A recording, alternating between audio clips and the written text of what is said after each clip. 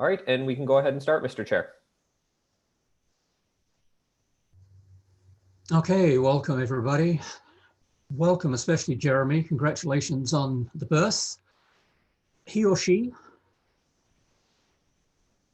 Oh, you're not muted yet. Good. And if the baby appears audibly or visually, that'll be just fine. So anyway, welcome all. You have an agenda. Do I have any changes to that agenda?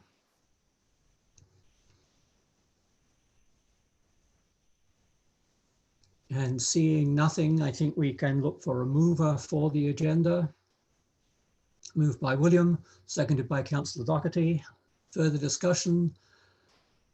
Seeing none, those in favour? Those opposed? I forgot to put my hand up, sorry.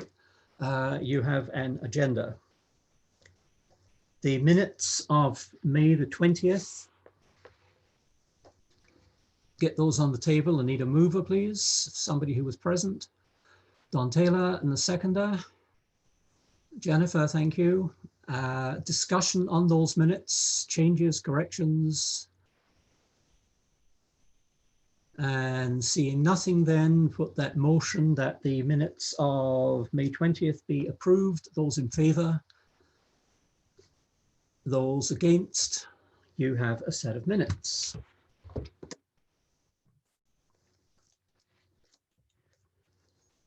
Pecuniary interest? Seeing none, and the usual reminder, if something does come up, please speak out. Presentations, I believe there are none. Delegations? There are none. Thank you. Briefings? There are none. Cultural heritage? No business there. So we go all the way down to stat business. And we start with a Part 4 application of 1572 Sunnyside Road. And who's going to introduce that one? That would be Mr. Leary. If you just provide me one moment, I will get his microphone live. Thank you, James. All right, go ahead, Ryan. Thank you, Mr. Chair. Good morning. Good morning. So we'll try to flip through these fairly quickly, James. Just first are a few pictures to give you some context. The property is at 1572 Sunnyside Road. It's known as the Powley Farmstead. It's on the east side of Sunnyside Road, north of the McDonald-Cartier Freeway, and west of Little Catawacquay Creek Conservation Area. And you skip ahead again. So this is the property in question. You can see the buildings are quite a substantial distance from Sunnyside Road itself. The property includes a 1.5 story Ontario Gothic limestone farmhouse. You skip ahead, James. With an attached limestone woodshed. This is the north elevation. You can go ahead, James. And as well, a limestone barn is included on the property that has been recently restored. One more, please. This is the woodshed looking from the west. And one more, I think, is a picture from the east side to give you a sense of the house with the lean-to in the back. And then one more, we'll get into the cultural heritage value of the property. It is designated under Part 4, as the chair mentioned. It's known as the Powley Farmstead. It's associated with the Powley family, who are one of the first UELs to settle in what is now Kingston Township, or formerly Kingston Township. They built the house on this property and farmed the land for over 100 years. Some of the cultural heritage attributes that are important for today's discussion is the 1.5 story limestone house itself with its gable roof and simple cornice, the basement limestone fireplace, wood floors, the staircase with newel post and balustrade, and the 1.5 story limestone woodshed with the medium pitch roof, and the west elevation has a central window in it. So next slide, please. So this takes us to our application before you today. Recently, a permit was approved to allow the applicants to get started on some minor alterations. That includes some replacing of modern roofing, windows, doors, and rain gear on the property, as well as some repairs to the existing wooden soffits and fascia. That was approved a month or so ago.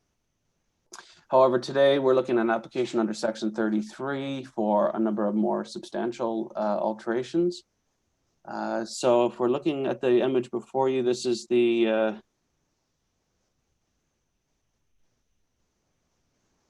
I'm not sure. This is the south elevation, and I've circled some of the major alterations before us today.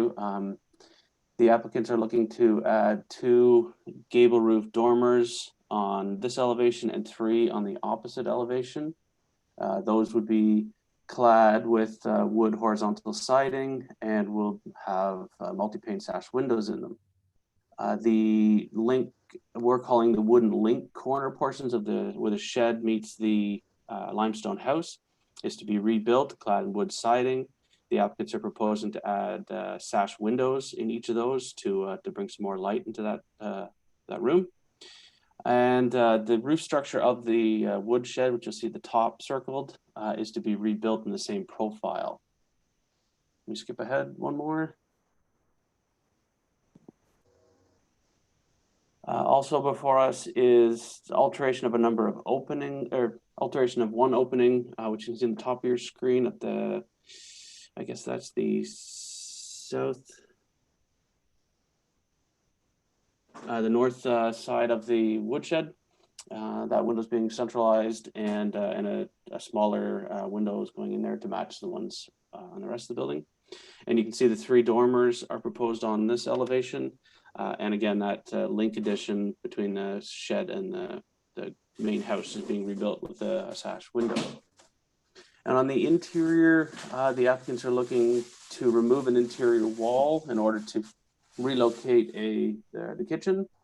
The wooden floors are to be repaired or covered with new flooring. And the balustrade of the main staircase is to be repaired and rebuilt, replaced if necessary, and the basement fireplace to be repointed. So these plans have been prepared by Mr. Bergman of Mark Peabody Custom Building. As well, there's a written overview and pictures provided by the applicants, all included in your agenda as Exhibit C. The applicants have also provided an architectural history report prepared by Dr. McKendry, which is included as Exhibit D. So getting into our review, many of the aspects that are before us today are needed restoration, commendable works that have to do with the metal, wooden, and masonry features of the building, such as the roof structure, the rebuilding of the link additions, which you can see on the plan before you, the top, and repointing the basement chimney, the basement fireplace. And we have no concerns with those. So the exterior alterations, the most significant ones are the 3 new window openings and the 5 dormers. So going through those quickly, the new windows on the north and south elevations on the woodsheds and the enlarged window on the east elevation of the woodshed are necessary to improve the functionality of this space. The applicants are planning to use it as a master bedroom and ensuite bathroom. This, of course, building was built for storing wood and livestock and didn't have windows, with the exception of the one on the western elevation, which is noted as an attribute. I'd note that the one on the east is not noted as a heritage attribute. The enlarging of the window on the east elevation will match the style of the western one and the others on the house. It's in a less prominent elevation and therefore have minimal heritage impact. The windows on the north and south elevations are in a newly rebuilt section, so there'll be no impact to the limestone walling of the building itself. And it will match those throughout the building. So we moved the dormers. According to the architectural history by Dr. McKendry, the current dormer on the north elevation, sort of the central one that you can see on the bottom left of your screen, is likely a later addition. The dormers and gable roof projections are common on buildings of this era. The applicants have designed the new dormers in response to comments from the committee and to be as small as possible and to respect the prominent period of this design while still suiting their needs and adding additional light to that second floor. The proposed wood clad cladding on the gable dormers with the multi-pane windows are compatible with the building's design, and on close inspection will be easily discernible as new interventions. So if we move to the interior, if you could skip ahead one, I think. So the wall to be removed, you can see in the bottom of your screen. It's in order to relocate the kitchen from the back of the house to the front of the house. This wall is not noted as a heritage attribute, and its removal is considered partial demolition under the Heritage Act, and therefore requires approval from council. When we skip ahead another one, there's a picture. So this gives you an overview of some of the aspects that are being altered inside. The wood floors were proposed, or were provided as part of the submission. They run throughout the main floor of the original house. According to the applicants, the floors are, quote, significantly disjointed, damaged, and uneven, unquote. And while they're willing to work with the contractor to look at options to restore the flooring, ultimately they'd like the option to cover the existing flooring with new wood flooring to bring the floors to a livable, usable standard. While restoring floors is the ideal outcome from a conservation perspective, in some cases, you can also include proper securing and retention as a conservation tool for possible restoration in the future, and that's a standard in the Parks Canada standards and guidelines. So staff have recommended a condition that the applicant consider using a floating floor that would only be affixed to the wood flooring in certain locations, therefore making it easier to restore in the future. So this is the wall again that is to be removed, as I noted. Is likely original, but again, it's not noted as an attribute, and this will help provide better functionality for the owners in their use. The staircase, as you can see, is noted, as well as the newel posts and balustrades and handrails, as heritage attributes. And the applicants have noted that the existing staircases, quote, are a safety hazard due to the width between the balustrades, height of the guardrail, and the non-continuous handrail, unquote. Dr. McKendry in her report notes that staircases in early country houses like this one were often enclosed and not necessarily positioned to align with the front door. The way the floorboards are cut in the adjacent room would suggest that the present formal staircase is not original, or not in its original location. And Dr. McKendry goes on to say that while the newel post is old, it appears out of place and overly fanciful for an early farmhouse. So the applicants have confirmed that efforts will be made to reuse existing material wherever possible. However, they're clear that it's unlikely that the newel post and balustrades can be reused, which now, while it's rarely desirable to permit the removal of a historic feature on a protected property, the health and safety of the users of the historic resource is paramount importance. Further, given that the comments from Dr. McKendry, it's likely that this staircase is a lesser heritage value than initially thought. And on balance, with the amount of effort and attention to detail reflected in the applicant's willingness to conserve and this valued resource, staff are supportive of the proposed replacement of the staircase and balustrade. So that concludes my analysis. We did circulate through to our other agencies. This is a quick picture of the basement fireplace that's to be repointed and repaired. So building permits are required from our building staff. The Conservation Authority had no concerns. Our environmental team noted that designated substances must be identified prior to construction. And we did circulate the committee. Your comments are included in Exhibit E. Comments were provided to the applicants and their design team, and the applicants have revised their plans and provided a written response to the committee's comments, which is included in Exhibit C. And Mr. Chair, we recommend approval of this application. The recommendations before you, and the next slide will have a series of conditions outlining some of the matters I discussed. Thank you. Okay, thank you, Ryan. Committee members, who wants to make comments or ask questions?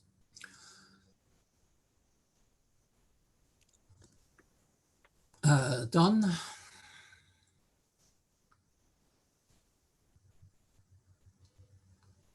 Yes, well, this application has come a long way, and I think the committee members should be quite satisfied with it.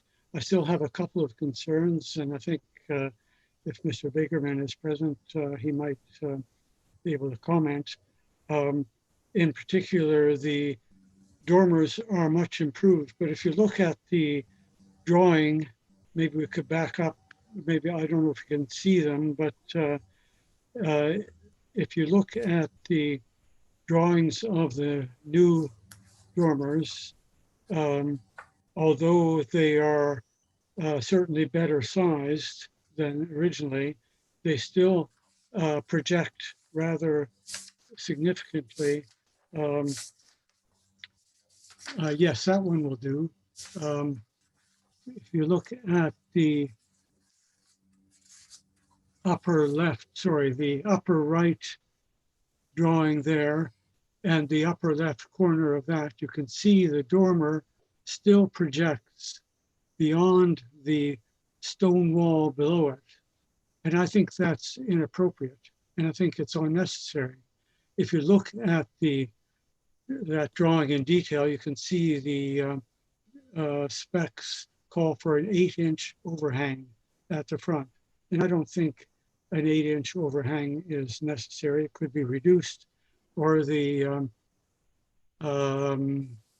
dormer could be repositioned slightly. But I think it's important that these dormers do not project beyond the stone wall below.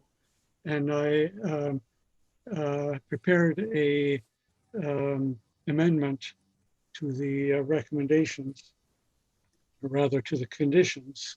Do you want that now, or do you want to go into get further discussions? Do you have it in writing so that it can be sent to Derek? I sent it to Derek already. Oh, okay. Mr. Chair, yeah. we do have it in writing. Perhaps we could entertain further discussion, and then once the motion is on the floor, we can put the ask if there are any amendments. Yeah, is that an amendment to the recommendation or the conditions? It's to the condition. Okay, thanks. So we'll come back to that in a little bit. All right, then perhaps I'll go on to another question. The floor, the wood floor, is a tricky thing, particularly as a committee has never seen it, and we can't judge how good it is. But it is listed as a heritage attribute, and I think the recommendation should make a bit more of a statement that it should be repaired if possible.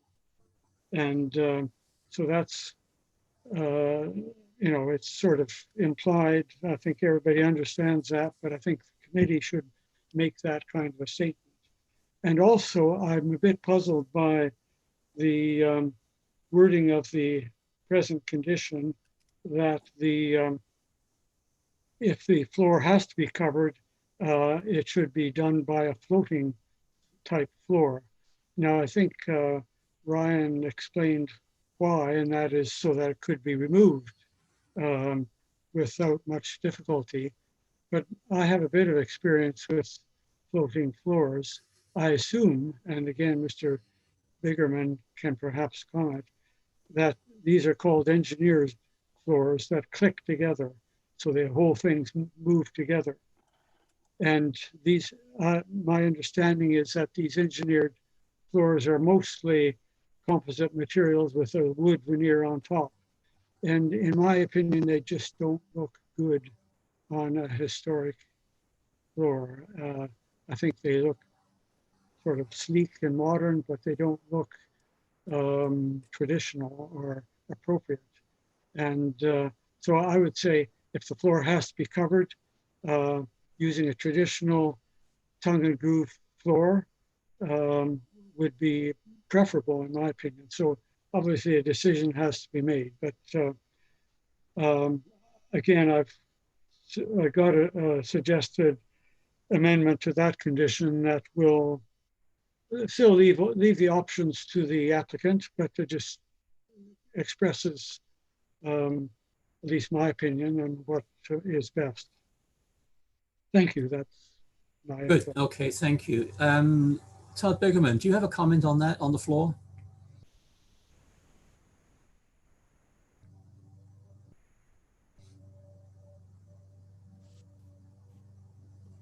Yes, I tend to agree with Don. I think the floating floors that we've seen put down tend to be a bit skinnier, and I haven't gone over the floor in detail in the residence to know just how flat it is, but these floating floors tend to telegraph what I'll call the topography of the existing floor underneath. So you'd really need to spend some time flattening the substrate in order to get a floating floor to look as flat as you would expect a floating floor to look if you were to spend a lot of money on it.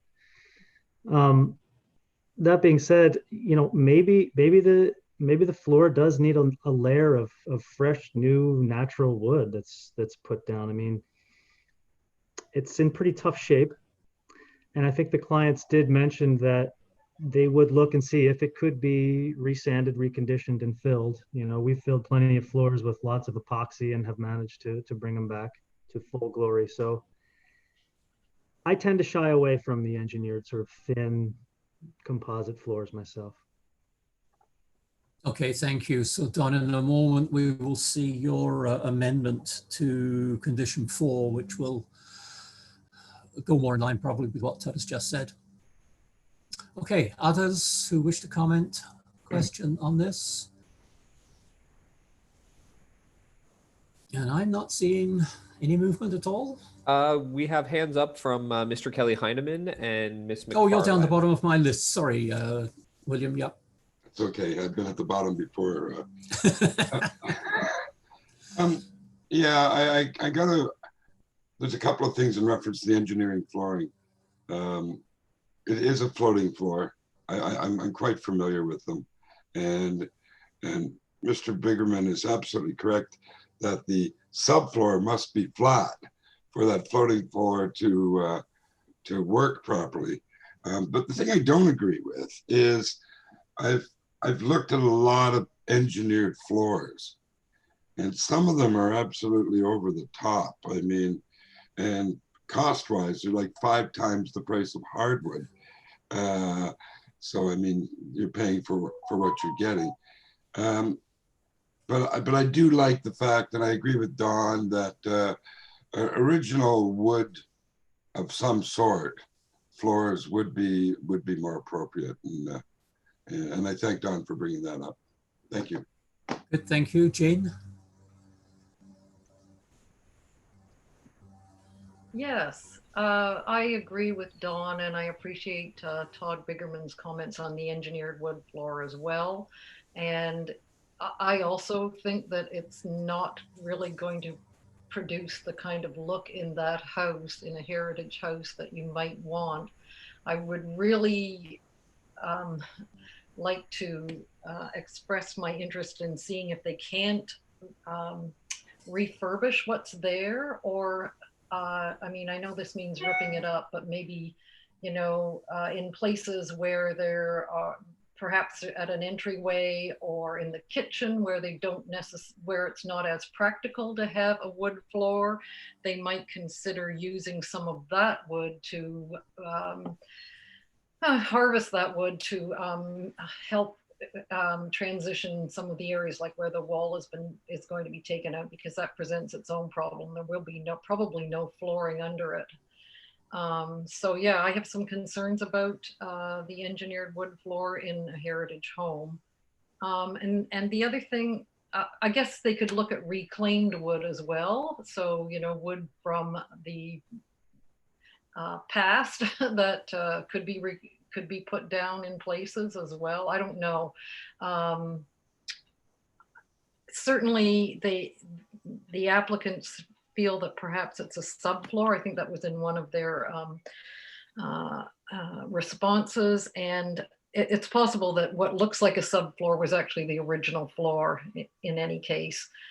And I'm interested in hearing Mr. Bigerman's responses about Mr. Taylor's issue with the dormers. And so I'd like to hear from that. And I just also would like to say that this staircase railing alteration should be kept simple because this was a farmhouse. So it needs to be obviously safe, but also simple. So the squared balusters that are there could be replicated and made tall enough to satisfy code and put closer together to satisfy code, but the effect will still be the same of the staircase balusters. I think that's it. Good, thank you. Todd, do you want to answer the question on the dormer? Sure. I would like to second the stair balustrade. You know, these houses, in my opinion, were built pretty utilitarian. I mean, it was, let's get a house built and then let's farm the land for most of the hours, and then let's sleep in the house. So I think the story tells a tale of a utilitarian role, and I think an overly ornate balustrade would kind of tell a false story on that. Regarding the dormers, without any kind of exploratory surgery of removal of finishes, we're not really able to see the top, where the stone ends at the top of the facade walls. It's sort of built in there. So we don't want to remove any stone. So we're kind of handcuffed as to how low we can make those window sills. You know, as low to the top of the original stone wall as we can, of course. With these dormers, the further we push back that front dormer wall, the higher that windowsill gets, because basically you're climbing up the roof with your windowsill the further back you get. Right now, the windowsills sit, based upon my calculations, at just under 5 feet. You know, we're about 4'8", 4'10", just chin height to most. So we're going to have to get up into the ceiling for the tops of those windows and kind of make a bit of a dormer well. It would be great to push those, visually to push those dormers back. But there needs to be a balance, I think, for the functionality of the window and to be able to open it and close it and to be able to see out of it and to be able to get enough light down into the low portion of the room. So all of that being said, the dormers are placed for maximum usability. And the window proportion and the roof proportions, I mean, we can reduce overhangs on the roofs. I agree with the scale portion, but if we push that dormer front wall back, we keep the sill as low as we can, we create a bit of a, hard to explain, a bit of a flat space where when you come outside of the windowsill, you have to flatten it and go towards the front of the house. So the wind from the windowsill towards the front of the house, it can't follow the roof because you've left the windowsill at the same level, but you've pushed it back further into the house. I'm sorry, that's tough to explain, but it's a valid point, and I think it's probably up to the clients really to really model and see how far back we can push that dormer. Okay, Don.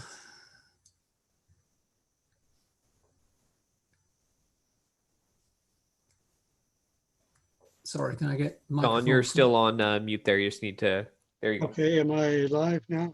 Yep.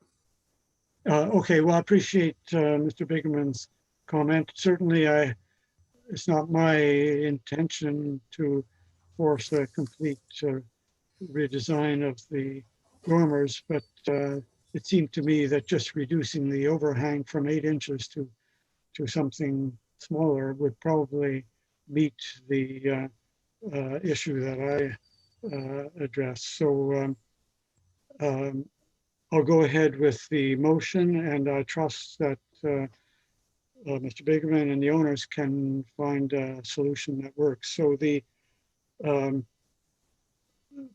amendment regarding the dormers is as follows.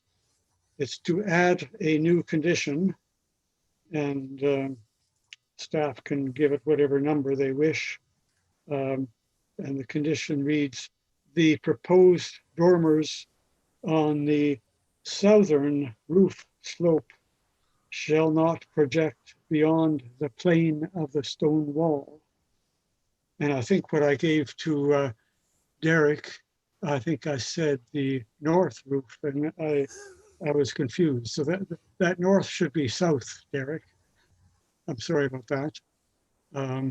So Ooh, that's very good. Boy, I'm impressed by all this technology. Excellent, thank you. right. Okay, so that's the proposed amendment. Yeah, so that so that's a new condition. Okay, thank you. Do I have a seconder for that? Mr. Chair, sorry to Yes. interrupt here, but we should see, I know there's no members of the public in attendance right now, but we should see if perhaps the applicants wish to add anything before. So just maybe okay. public comments, including So the this- applicants before we go. So you're counting this as not part of the motion. Fair enough, yeah. So members of the public, applicants, others. And I'll just remind anybody who wishes to speak at this time to please use that raise hand function. We'll allow people a couple of seconds if there's anything they wish to add. And I do see, Mr. Chair, that Mr. Williams, who is the owner of Mr. the Williams, property, yep. has raised his hand. So we'll get his microphone unmuted and he can add his comments. Go ahead, Mr. Williams. So welcome, Mr. Williams. Thank you. Hi, everybody. Thanks for being here. So yeah, absolutely all the comments we totally understand. And at the time of the application for the floors, we were looking for, not necessarily knowing, but looking for possible solutions. So as much as possible, we are going to be trying to repair and not use a floating floor. So as much as we appreciate the discussion, we will be looking to keep that floor and kind of bring it back to life as much as possible.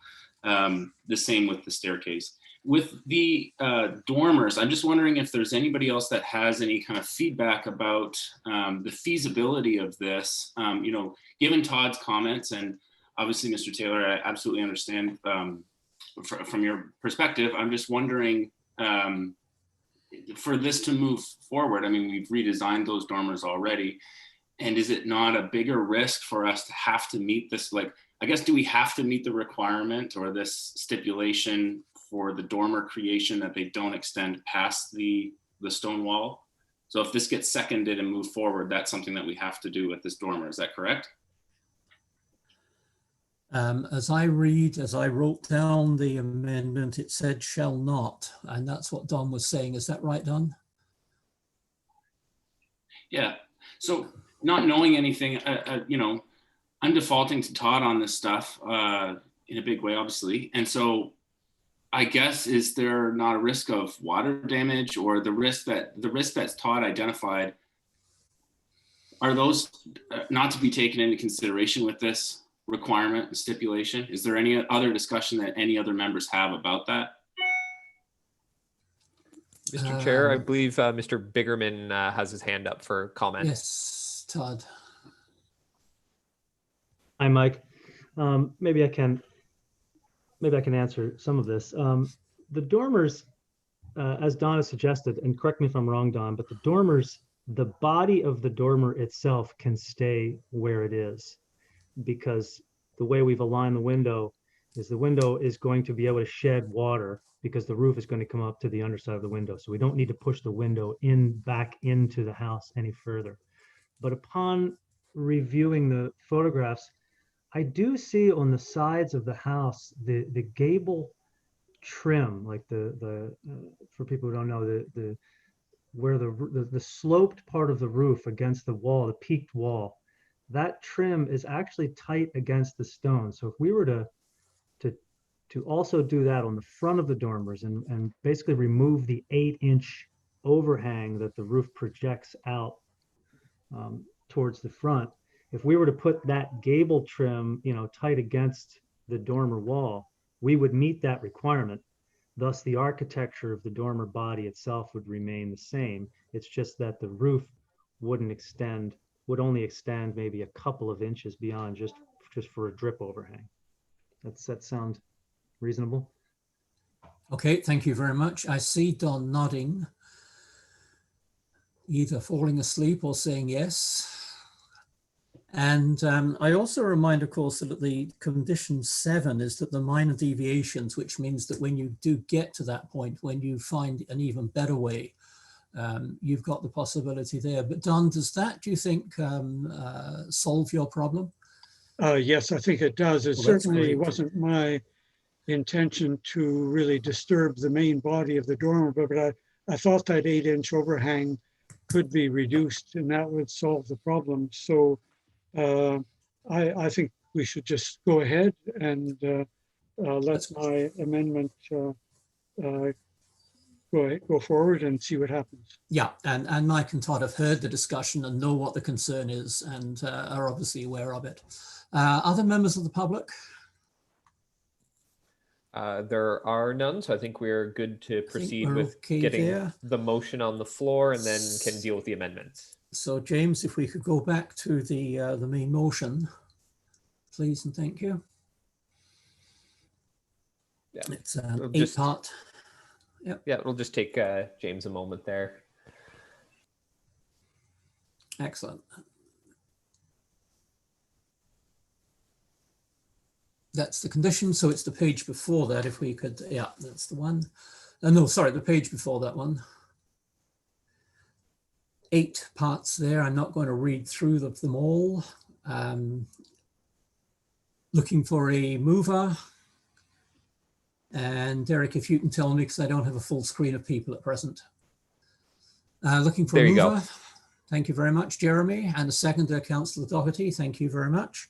So the motion is there for discussion, amendment, deferral, or whatever else you can think of.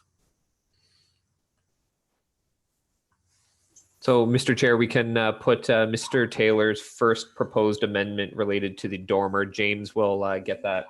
Well, do we need that on the screen again, Mr. Chair? I don't think so. Don, you've said, did you not withdraw it? No, I'm putting it forward. Oh, okay. As it is. So perhaps we'll just quickly put it back on the screen to remind people, and then after people have had a chance to see it, we'll see if there's a seconder. We'll just let James display and then take it down in a couple of seconds. 7th bullet in the 3rd paragraph. All right. Thanks, James. You can take that down, and Mr. Chair, we'll see if there's a seconder. Seconder for that amendment.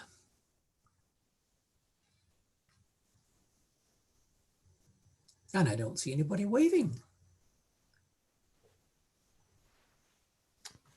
Okay. So that dies there. The discussion stands and has been recorded, and we're back to the main recommendation with the 8 recommendations. Discussion on any of those or on the whole thing?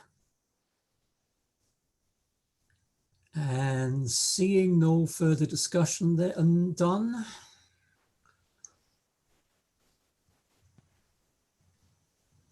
Yes, I'd just like to make a minor amendment relating to the floor and the condition 4, which mentions the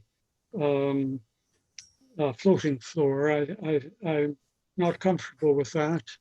And I think it should be replaced, suggested be replaced with the historic wood floor should be retained and repaired if possible. And so that's without any reference to floating floor, but it does make a statement that the committee, I think, recognizes that it's important to try to save this floor. So that's the amendment. Okay, thank you. Do I have a seconder for that amendment? I do see Mr. Kelly Heineman's hand there. Kelly, thank you very much. I have seconded there. Discussion on that amendment.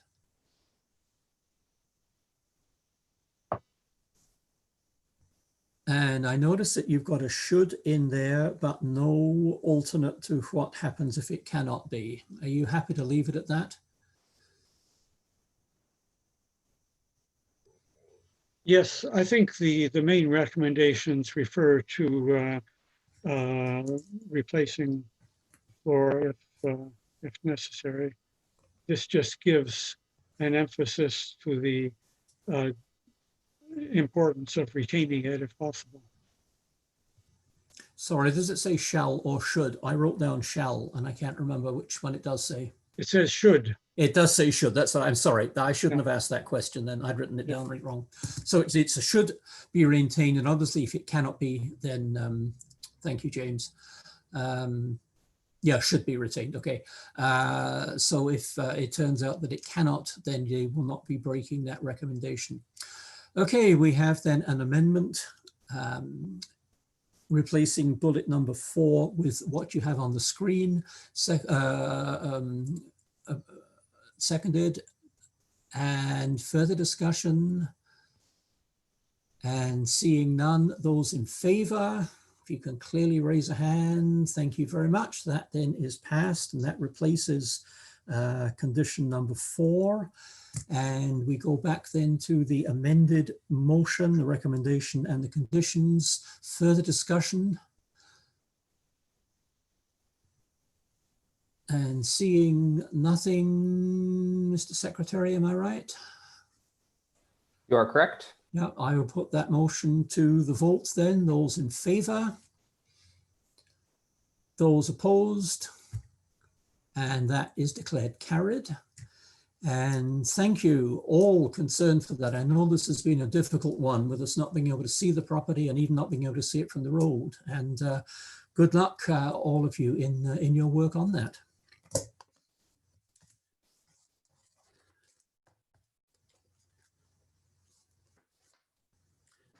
We move on to 87 Union Street.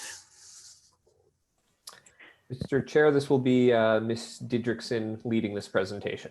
Oh, good luck, Amy. Good morning, Mr. Chair and members of Heritage Kingston. Can everyone hear me okay? Yes. Yep, thank you. Great. So I'll be introducing this application. It's an application under Part 4 of the Heritage Act, an application for alteration under, I believe it's Section 37 of the Heritage Act for 87 Union Street, which is designated as part of the Queen's Easement Agreement. Next slide, please. This is the location. It's a very prominent intersection of the Queen's University campus. You can see on the corner, there's the John Deutsch University Center. It includes a building constructed in 1948 at the corner, and some additions at the back further away from Union Street towards the residential neighborhood beyond. Next slide, please.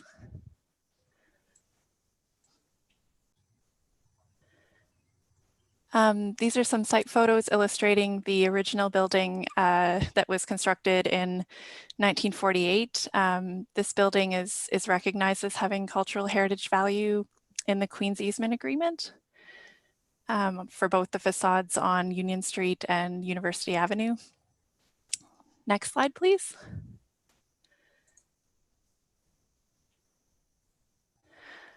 This shows the views from University Avenue and the addition at the rear, which is proposed as part of this application to be replaced.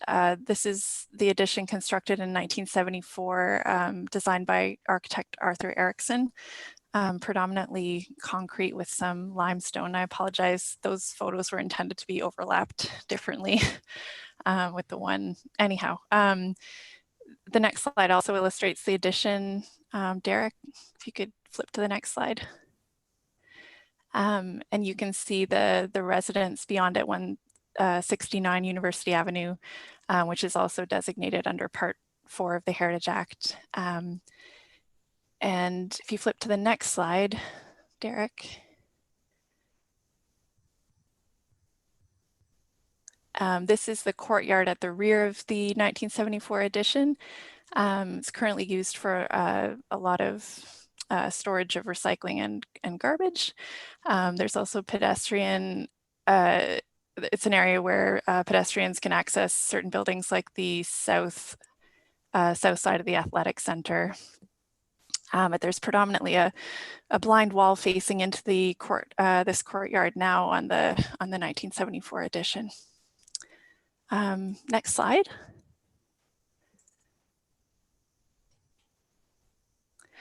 The cultural heritage value of the property is detailed in the easement agreement through specific character defining elements. These include the 1948 building facade on Union Street and University Avenue. It has a collegiate Gothic style and composition with Queenston limestone cladding. The decorative elements in the cornice projecting pavilions are mentioned, as well as at the entrance, carved stone, stained glass, and large bay windows and Gothic arched windows are mentioned specifically. The easement agreement specifies that both of the additions to the 1948 building that include a 6-story 1964 addition to the northeast, as well as the 1974 addition that we looked at in earlier slides are not, do not have cultural heritage value. Next slide, please.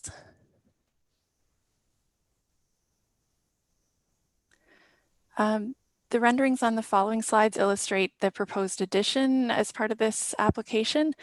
This is the largest physical change that'll involve replacing the 1974 addition in the same footprint with a similar height to the 1948 building. This view is looking south down University towards the intersection with Union Street. And the glazing proposed on the north side will provide views into the courtyard where there are currently blind walls. Next slide.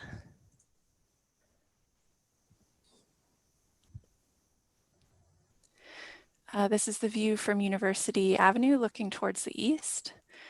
The addition is clad in limestone, but it's cut to a standard, it's called, or the applicant described it as a residential masonry scale, sort of the size of a brick, as well as the glazing be the primary cladding. Next slide, please.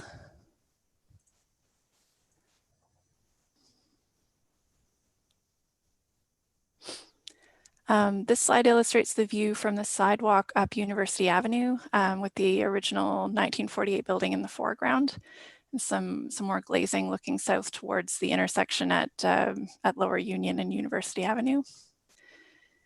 Or sorry, Union Street and University Avenue. Next slide, please.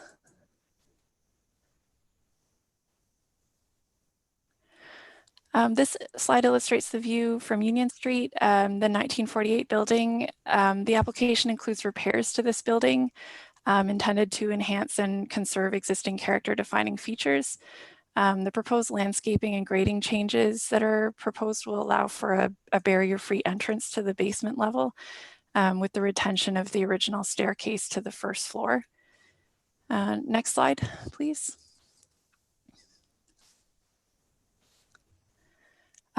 This is difficult to read, I realize, likely for folks, but this was included in the submission on Dash. It includes the landscaping details of the courtyard and pedestrian areas along the west side and north side of the building, including plantings, seating, and bicycle parking. Next slide, please.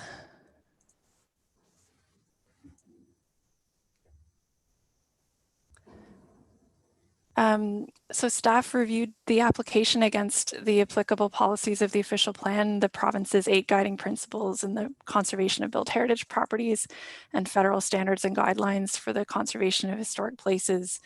And based on this review, staff are satisfied that the proposal meets the intent of these policies, standards, and guidelines, and have put forward this recommendation of approval that's detailed in the next few slides, subject to some specific conditions. So the first component of the recommendation is the replacement of the 1974 3-story concrete addition with the 3-story addition in the same footprint, and some details on what's proposed for the design of that. And in the next slide, the recommendation includes the rehabilitation of the 1948 building, of cultural heritage value, as well as the grading and landscaping modifications along Union Street and University Avenue, as well as within the courtyard and the pedestrian area that's proposed to be enhanced there. And the next slide includes the conditions of approval, which include, next slide, please, Derek. Sorry. That a building permit be obtained, as well as sign permit where required, encroachment permits. Of course, all masonry work be completed in accordance with the city's policy on masonry restoration. Any Kingston limestone removed to facilitate the new connection between the replacement addition and the 1948 building be salvaged for potential reuse in any areas in the 1948 building requiring repair. And there is a condition requesting documentation of the addition designed by Arthur Erickson, and this comes from a policy in the official plan that that requires documentation when demolition is found to be necessary on a heritage property, and that Planning Act approvals be obtained as necessary, and this would include site plan control approval in this case. So I believe the applicant's heritage consultant is here, Julian Smith, as well as Susan Crosswell, the architect, who's led the application, but I'm also happy to answer any questions that I can.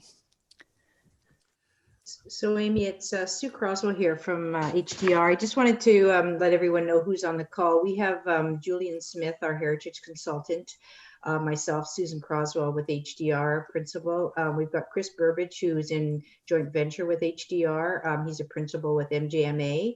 And I believe Isabel Noir from Queen's University, our client, is now on the call as well. So Julian was just going to say a few words, if that's okay. And then obviously Chris and I are here, as well as Isabel, to answer any questions that the committee might have. Yeah, can we first of all get committee members to ask have their comments and their questions so that you know what they are thinking and how you can answer those. So committee, questions, comments, knowing who you've got listening to you.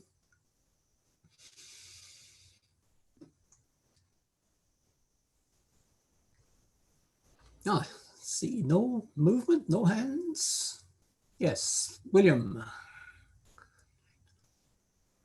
Need to unmute yourself. Thank you so much. I just want to say how impressed I am with the design and the cladding, especially. Once again, the university has gone over the top as far as I'm concerned. The limestone cladding is a special effect that, of course, I've wanted with other projects, but it's not the cheapest thing in the world. And I just wanted to congratulate the architect on this. This is, in my opinion, very nice. Thank you so much. Good, thank you, William. Jane?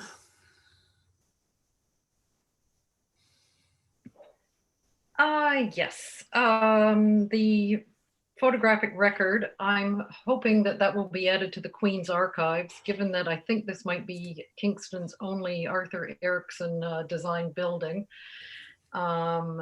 So I'm wondering if that is the plan with the photographic record or where it goes to. And I'm happy, well, in the interest of conservation, it's good that they're attempting to reuse some of that limestone that is on the 1974, I believe, building. And I guess my other question is still about the exterior details, because I feel that the way public space is appreciated, utilized, and respected is often dependent upon the smaller items. Lighting's not so small, but garbage and recycling receptacles, bicycle parking, and seating. So if I just would like a comment on how all that's planned, because right now that little heritage designated garage is kind of inundated with bins and recycling and massive garbage bins. So I just would appreciate a bit more of a comment on how that's all going to be handled, given the number of people who use Athlete's Way and as a walkthrough and a way to get to and from the downtown. Thanks. Okay, thank you. Other committee members? I don't see anybody at present. Don?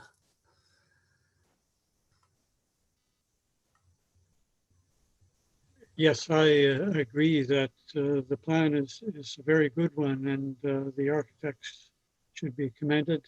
My only concern, which I expressed, was about the large glazed areas facing north and south, and I'm pleased that Susan Croswell responded, but I hope she and other architects might comment on that as well, because I think it's a significant point about how to deal with traditional architecture and to what extent lots of glass is appropriate.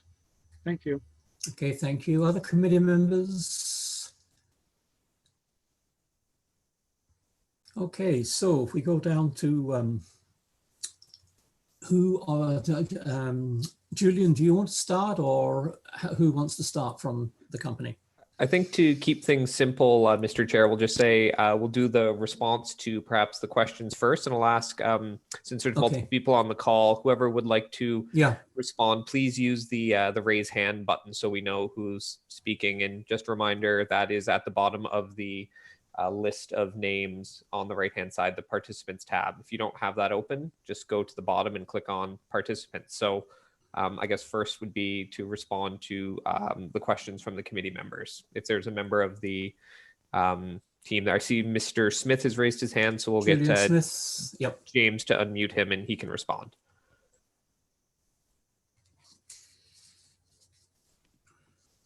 Go ahead, Mr. Smith. Right.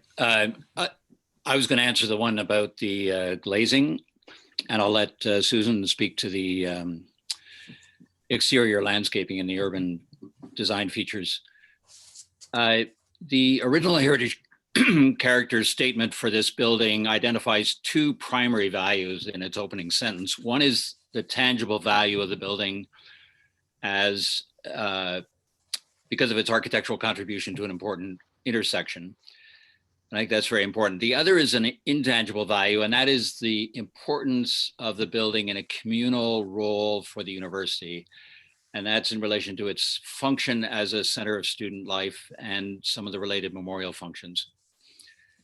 What I wanted to say was that the conservation of the existing building, I think, speaks directly to the first, the tangible values, the architectural contribution of the building to that corner, and that's going to be carefully maintained.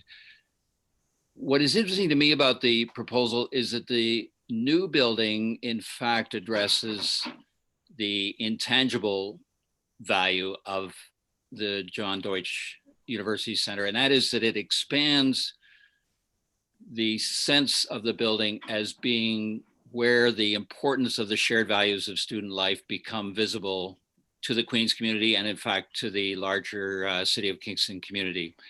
So I think the glazing in the contemporary edition has to be understood partly in that context. With the whole Queens Center complex development, the JDUC building is taking on a really key role in being the front of that whole set of activities. And I think what is interesting in particular to me from a heritage perspective is that the new building and the old building together are enhancing the values outlined in that original heritage character statement. So I think the glazing is part of that this is not simply glazing for glazing's sake. This is glazing that allows the activity of student life, which is in both the old and new buildings together, to be more evident. If you go into the current building, the view down University, for example, is not taken advantage of at all. In fact, the windowsills are piled high with things and you can't even see the view. There's no connection of the complex to the larger campus. I don't know if there are any response to that. Otherwise, I'll let Susan or someone else speak to the, I do know on the North Lane, we looked very carefully at how to allow that garage at the back to be part of that environment as well as the residence itself on the street. Okay, thank you. Susan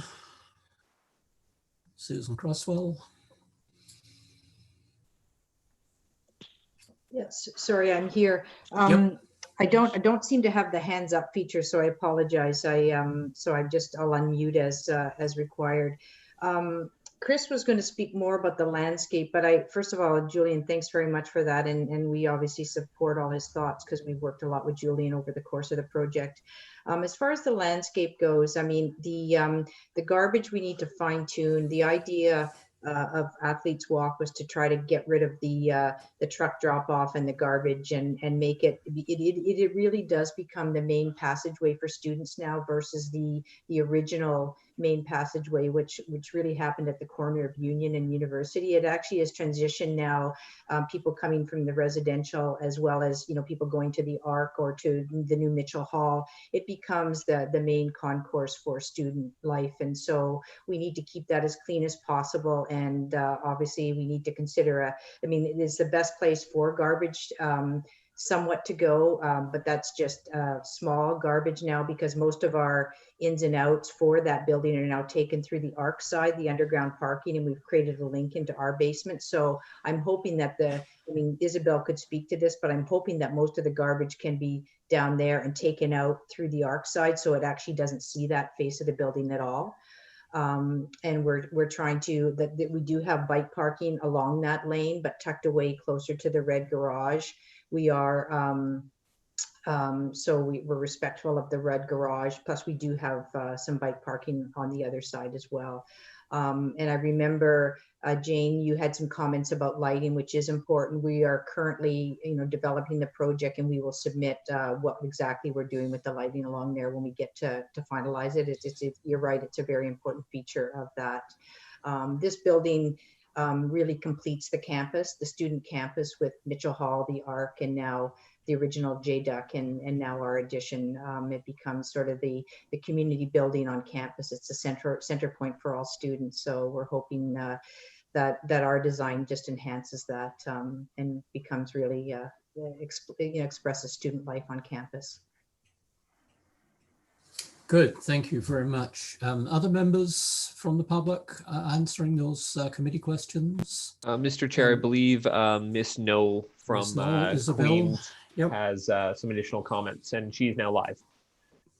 And good morning, everyone. I just wanted to add that, yes, our intent is to not have garbages in that close to the red little heritage garage. And the whole objective of creating this kind of courtyard basically at the between the ARC and the JDUC was to kind of remove vehicular access and kind of make a safer place to be for our students.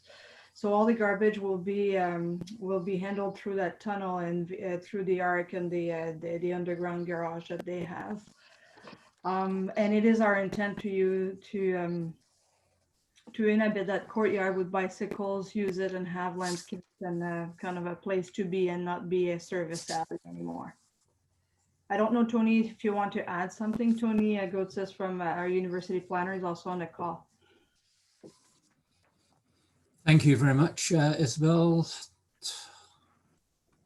Others then? Mr. Chair, I do not see. Oh, yeah, Mr. Gotsis has raised his hand, so everybody's getting a turn here. So we'll get his microphone unmuted.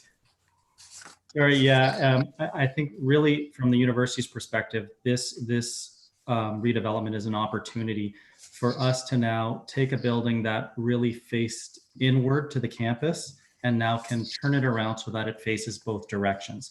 It can provide that entrance to faculty, staff, students, and the public through the campus by creating a public square that really faces the community. Our intention in the future is to rehabilitate that the heritage small red structure. It's not part of this application, but that's something that we'd like to maybe move forward in the next year and have something focused on that garage with respect to active transportation and how we can use that facility to really enhance that. So that is really all with respect to what we're planning. Good, thank you very much. Others? Otherwise, I will. I do see Jane. Jane, yes. Just my question about what's going to happen with the photographic record. Is it going to the Queen's Archives or what's the plan for that? Thanks. Anybody from Queens can suggest that one? Mr. Gotsis has his hand up, Mr. Chair. Tony, got. Yes, sorry. Yes, currently in our building fonts, I believe there is information on the Erickson wing there now. And all those materials, photographic records, we can certainly forward to our archives to maintain the historic records as part of that building fonts. As we're moving now into a new way moving forward, the photographs will probably be a digital record as opposed to, physical photographs as I think, some of the policies are changing, but we can certainly speak with our team at the archives and see how we can accommodate that. Good, thank you very much. Further? Mr. Chair, I believe the planner for the file, Ms. Didrikson, has her hand raised as well. Amy. Yeah, sorry, I just wanted to add through you, Mr. Chair, that so as the condition, we've requested photo documentation, and that would be saved to city files, and we will certainly share that with Queens, and we have contacts there, and they're aware of the condition, so we'll share that and both keep that on record, hopefully. Good. Thank you very much. Also like to congratulate you on having a concept picture in the winter. Concept pictures of new buildings usually have lots of trees and sunshine, and that was a lovely one, actually showing what it's like when all students are there. Further comments? If not, I will look for a mover for this motion. Looking for William, and seconded by Councillor Doherty.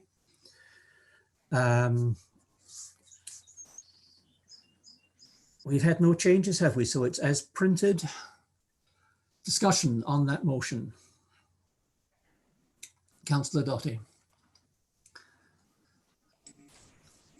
I thought the drawings were really fantastic, and I think this will really add to, like one of the speakers from Queens mentioned, it brings the construction more out to the students.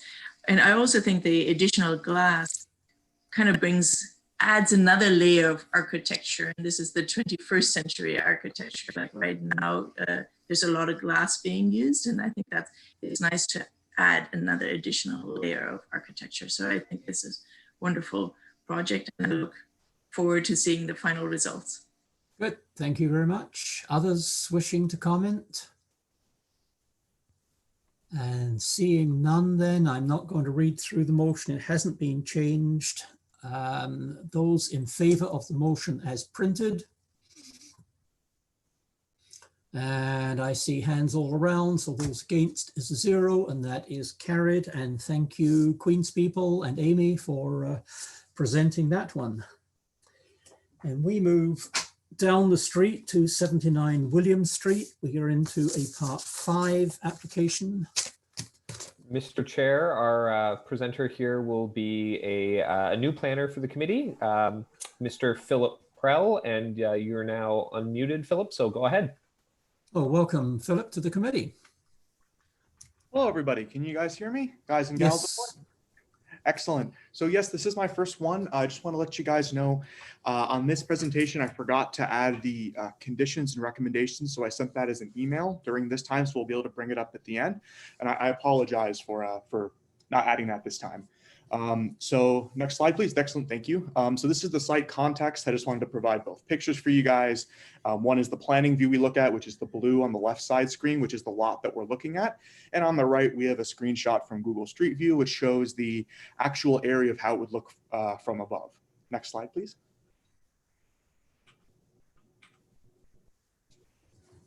Excellent. So once again, we have some images from the house here. I had to pick different seasons, of course, so apologize if there's not all the leaves everywhere, but this gives a decent view of how the house would look when you're walking on the street from each angle. So when you're walking up and down Williams, so you'd be able to see a little bit into the back and a bit onto the side. So I thought that'd be good for some context, especially because it's going to deal with some of the changes that we're going to be looking at a bit later. Next slide, please.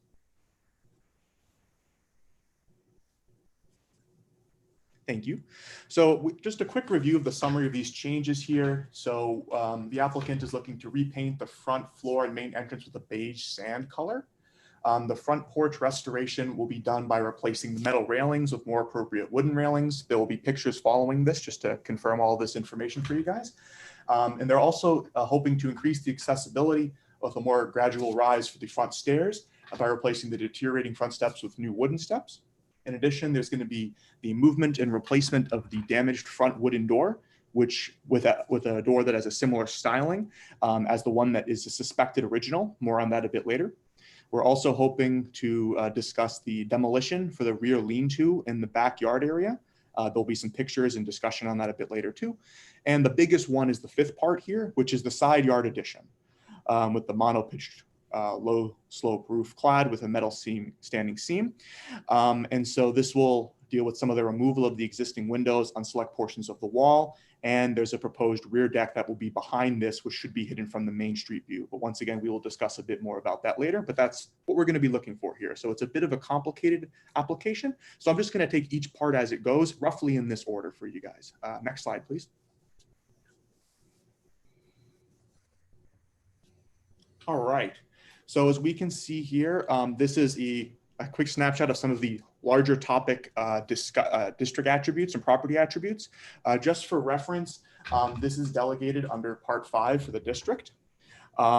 So the district attributes here that would be of value, of course, are the varying ages, styles, types of buildings with apologize, a little bit early for me still. Vernacular and architect design examples of over 2 centuries. We have views down each street that would go down to the water. And there's a lot of contributing factors to tree lined streets and a dominating rear yard. And what makes this property significant as it is rated in the Heritage Kingston inventory evaluation is that it has a 2-bay brick building on a limestone foundation.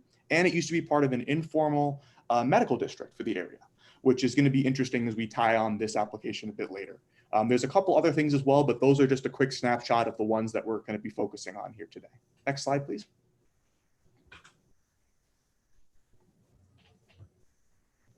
All right, so going back to the proposed changes here for the porch. Once again, we're going to be discussing the color change from a green, forest green wood shingles to a yellow beige color. We'd also be changing the handrails from a metal one to more wood railing ones, which are suspected to be closer to the original ones. And there's going to be a change in the stair and step change in terms of increasing the rise to increase accessibility. Yeah, next slide, please.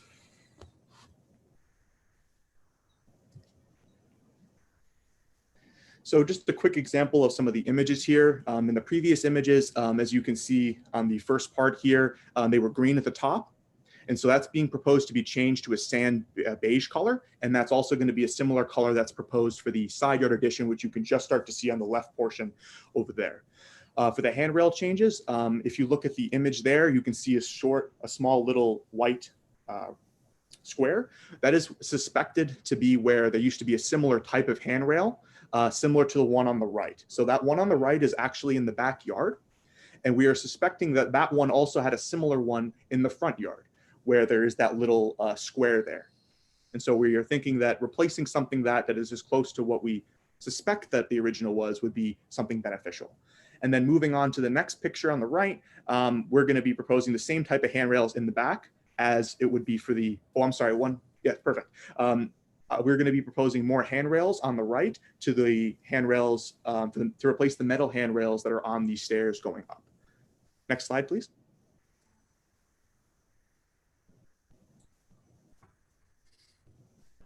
Okay, so here we're going to be looking at the proposed changes to the vestibule and the front door. So when talking with the applicant, it became pretty clear that the vestibule is likely a later addition. There are a couple reasons for this. A couple reasons include that it is not heated like the rest of the property. It has a separate little entrance. If you're able to look at the second picture under inside vestibule, that area that looks like it used to have a door, that is the suspected entrance for the medical practice for the informal medical district. That is our hypothesis here. The idea being that on the right, when looking at the suspected pair of original doors, the current door that has the reef on it is the current door outside. It is suspected that that's original and used to be part of where that vestibule entrance was. And the reason we believe that is because the door on the right is also the same door inside, and they look very similar. They have very similar designs, similar characteristics. And so the idea was that back in the day, you would have one set of people that would go into the medical side of the practice, and then at the end of the day, the owners, of course, would walk into the other side, which is their personal living facility or house.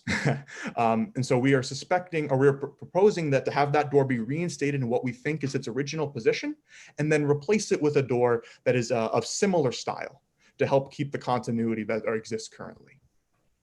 Next slide, please.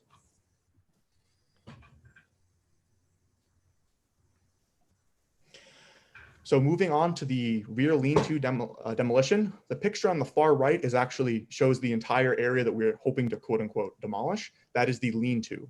And so it doesn't appear to be part of the original building. We suspect this by looking at, if you look at the other picture on the bottom left, the roof line, it looks like it was just made to act with the roof line. It doesn't continue the roof line.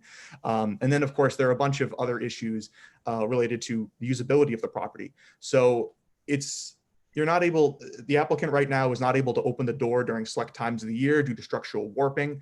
And periodically on a seasonal basis, if there's snow or rain, that part of the property seems to pull away from the main property itself, which causes other issues and environmental considerations in terms of losing heat, etc. And a big thing about this is that this portion in the back is barely visible from the street. So if it was removed, there would likely be negligible impact on the heritage attributes of this property. Next slide, please.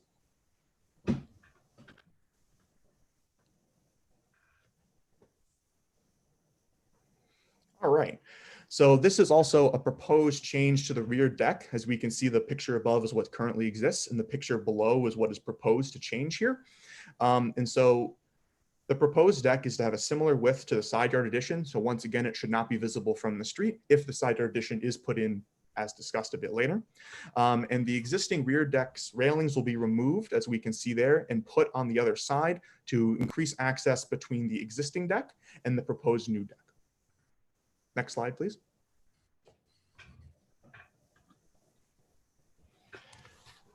So in terms of the proposed change for the side yard addition, this is typically considered an exceptional circumstance.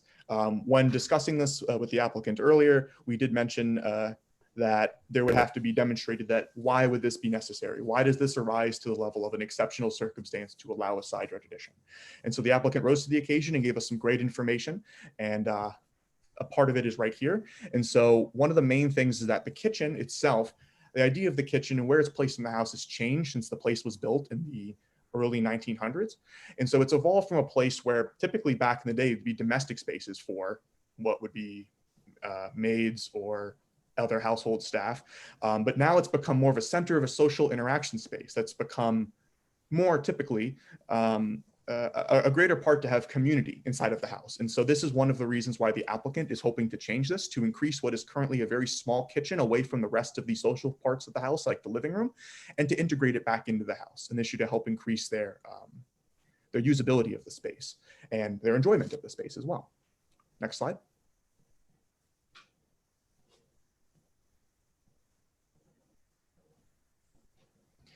So there are also other proposed changes that have to be looked at from an exceptional circumstance lens in this case. So when we looked at this as a quick summary, the other potential locations for the addition would not be ideal for the user. It might impact other heritage attributes, and this also might trigger additional planning applications if this addition was put somewhere else on the property.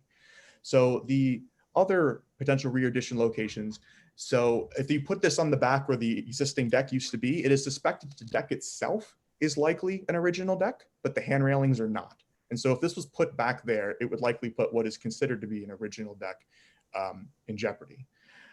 In addition, that would not be well integrated into the existing roof line. This might not be visible from the street, but it would certainly be visible when people use the laneway behind there and look at the properties on the left of the property, or I guess west on the property. And in addition, anywhere else typically on the site is not what the applicant is looking for here, simply speaking. In addition to this, if we put a rear yard addition, there is a potential to impact the beloved grassed amenity space. And also in terms of a heritage attribute, it would impact the dominating rear yard attribute of the area. This area is one of the few spots on the entire block that still has green space in the back. And by putting this back there, it would further reduce this green space and would reduce this dominating rear yard attribute. And finally, a rear yard addition with a similar massing would trigger a requirement for a minor variance due to the excessive building depth based on the two neighboring properties in the area. Next slide, please.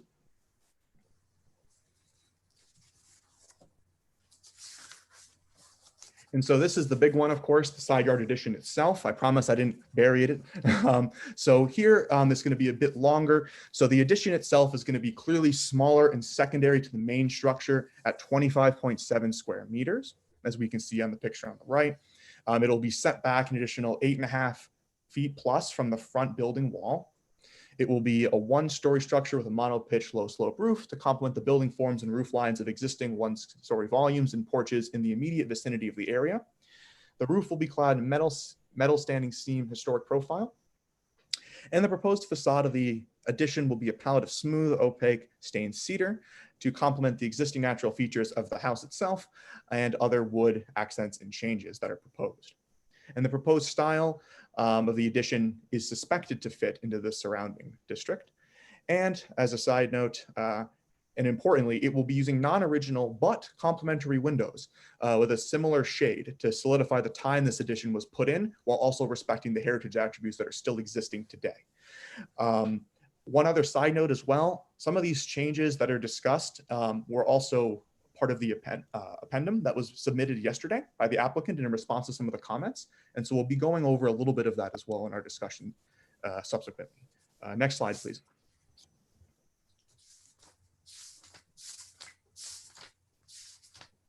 And so this is the last portion of the side yard addition. And so in this case, if you look at the right, these are select portions of the wall that will be removed. As a side note, if you're looking at the A1, which is the one on the left side of that picture, that little sliver on the left is actually going to be not be removed. And that was actually addressed in the appendum.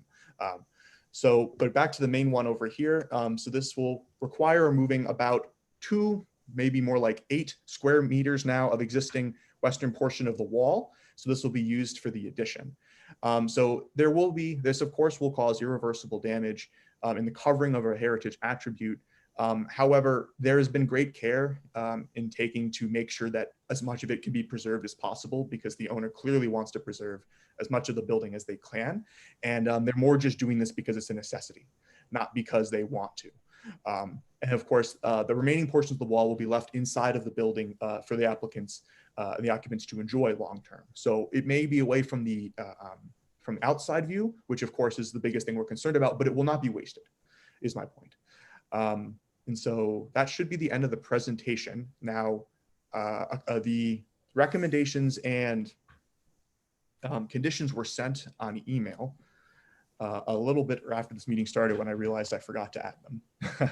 Yep, we'll get those up shortly on the screen, Philip. James will just switch between the two. So, Mr. Chair, they'll just be up momentarily. Okay, thank you.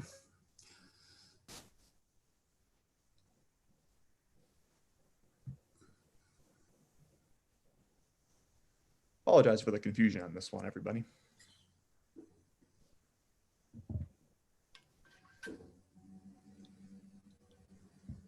There we are.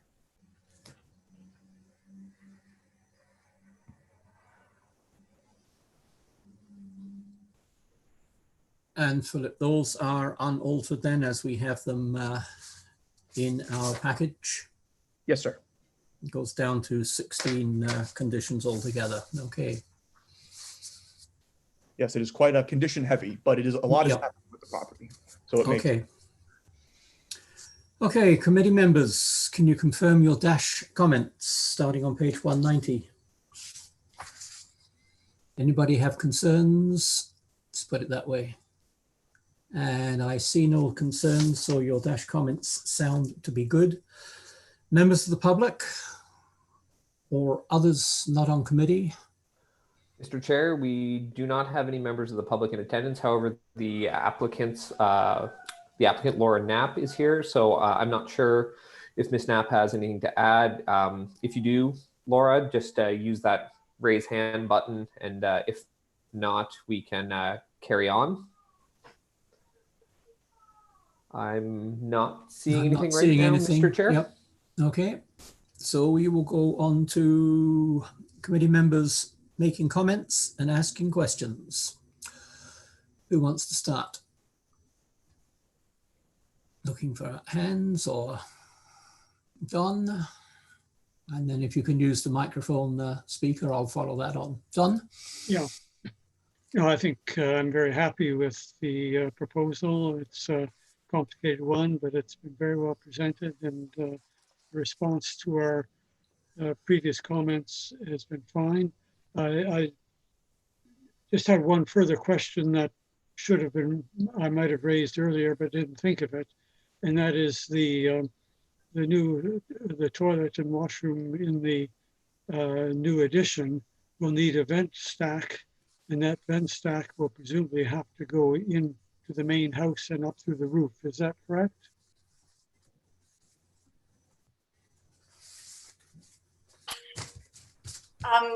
Hi, Don. Yes, I think that's what we'll need to do, is bring it in through the second floor wall and up through the main roof of the house. Okay. Thank you, Laura, for that. Other questions, comments? Oh, you're a good group today, aren't you? Look at that.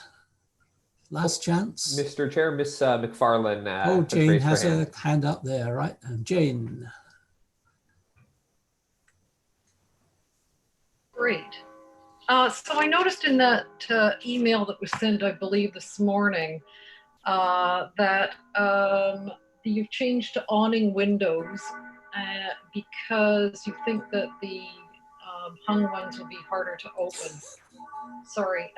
That's noisy. 11 o'clock. That doesn't usually happen. So I just wanted to comment on the awning windows, and I realize it is a dilemma with the countertops, but awning windows just don't provide the same kind of ventilation, as I'm sure you're aware. And I also think that on the front of the building, it still would look way better with hung windows, but I also recognize leaning over a countertop to open a window might be tricky. So I just want to put that out there. And especially the ventilation thing. The other thing I wanted to ask about was, I can't really tell from the drawings how much of an overhang there is on the new building, because from some of the drawings, it looks kind of like it has no eyelashes or whatever. Like, it seems so minimal, and I'm wondering just what the overhang is, and maybe it's just the renderings that are giving me that impression. So just two questions. Thanks. Okay, yes.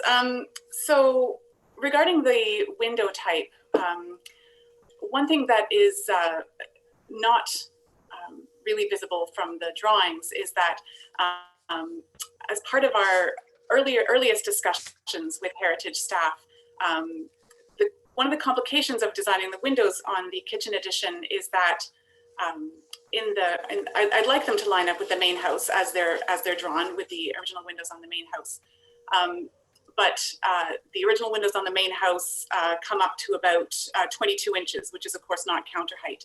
So the original scheme was to deal with that difference in height, basically between the bottom of the window and the counter height on the exterior of the building. And I had shown a large sill in original plans. And through conversations with staff, we decided instead to deal with that funny condition on the inside. So basically, the windows in the kitchen will actually come down below the level of the counter, and we're finding a way to detail that in a sensible way on the inside, so that we can have the windows line up visually on the facade of the building. So basically, not only are you reaching across the counter, but the bottom of the window is about 8 inches below the edge of the counter. So it's basically impossible to put a double hung window in there. I agree with you from a point of view of ventilation and all other matters. I would really prefer a double hung window. But in terms of what can actually be operated. I think, you know, with an awning window, you would have a crank located at about 5 feet off the floor. I think I could lean over the 26-inch wide counter and actually open that window. And I think it's about our only option that I can, that I think we have in that circumstance.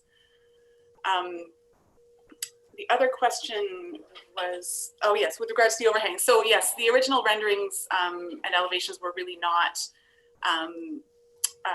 you know, fully detailed. And I have since had a chance to go back and look at how that wall section will be built and propose you know, how that roof wall transition will be resolved.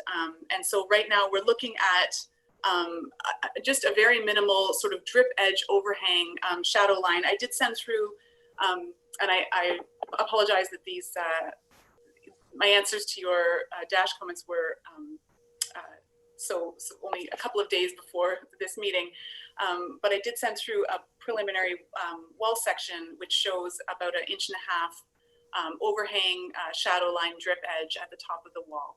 I know the comment was made that we could pick up the roof line details from the existing porches and kitchen, and which have about I think about a 7-inch overhang. The notion here was to you know, nod to the original architectural details without copying them, but we're certainly willing to discuss exactly how that detail is resolved.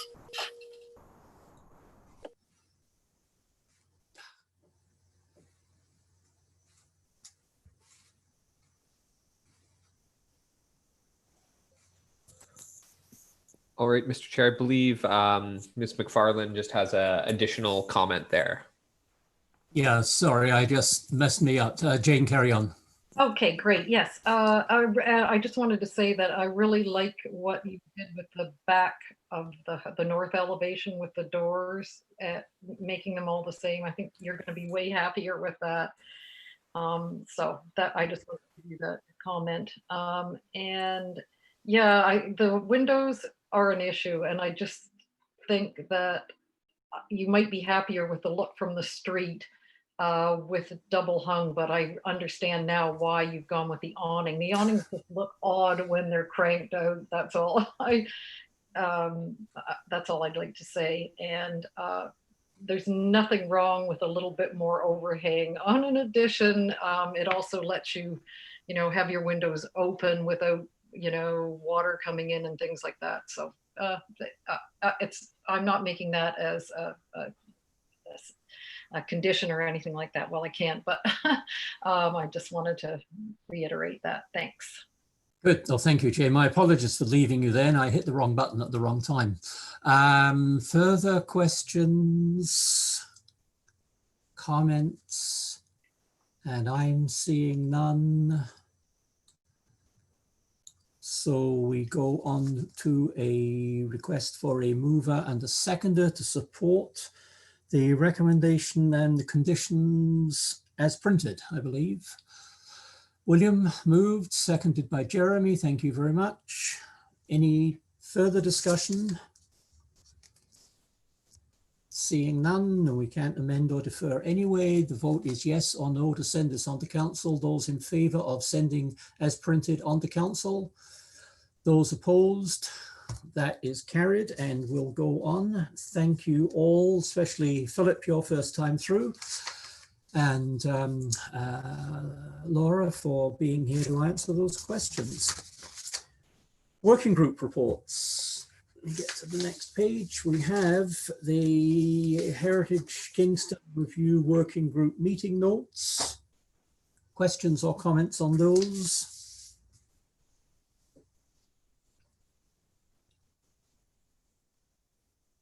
And seeing nothing there, do we need to approve those, Mr. If we Secretary? could get a motion just to accept them, that would be great. Motion to accept the Heritage Kingston Review working notes of May the 7th.